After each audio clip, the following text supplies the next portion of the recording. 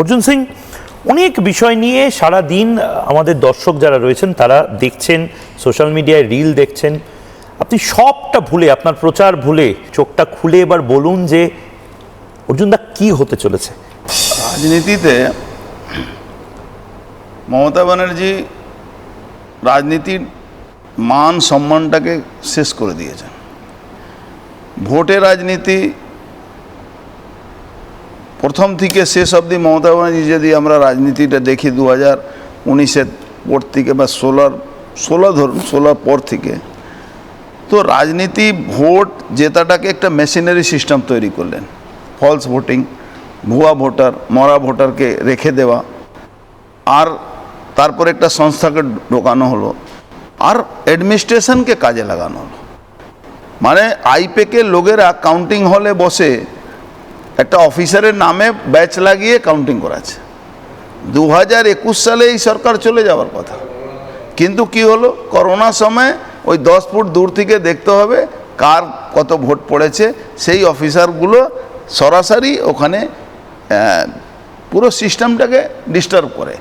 আর একটা election commission আরও ভুল করেছিল, বা যদি এখনও যদি ভুল করে, আমি ভাববো কি সব মানে মমতা ব্যানার্জির বিরুদ্ধে পুরো বাংলার মানুষ আছে, কিন্তু মেশিনারিটাকে যদি ডিস্টার্ব না করা যায়, মেশিনারিকে যদি ফ্রি হ্যান্ড ছেড়ে দেওয়া যায় মমতা ব্যানার্জি, তাহলে কিন্তু আবার ডিস্টার্ব হবে। এই যে কাউন্টিং, মমতা ব্যানার্জি ধরুন আজকে অমিত শাহজি বলে দিয়েছেন 110টা সিট বিজেপি পাচ্ছে, এই যে 152টা হলো, এটা শুধু অমিত শাহজি বলেননি, সারা সিস্টেম, সারা মিডিয়া, ওখানকার লোক সবাই বলছেন। এবার কিন্তু তৃণমূলের তাবড় নেতা হারছেন।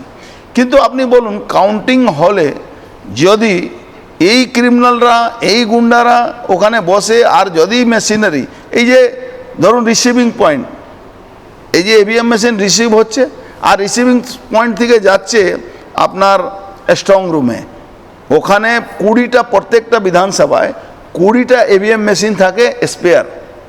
সেই স্পেয়ার মেশিনটাকে তারা তৃণমূলের লোকেরা, অফিসাররা মিলে ওটাকে মানে পুরো ভরে দেয়। ইলেকশন কমিশন সব করার পরে ওই জায়গা যদি না আটকাতে পারে, তাহলে কিন্তু মানুষ তৃণমূলকে চাইছে না। ক্যান্ডিডেট ম্যাটার করছে না, আপনি এত বড় কথা আমি বলছি, এবার মানুষ ম্যাটার করছে। মানুষ চাইছে, যেরকম 2011 সালে মানুষ চাইছিল বামফ্রন্ট চলে যাক, এবার কিন্তু মানুষ ডবলভাবে চাইছে চলে যাক।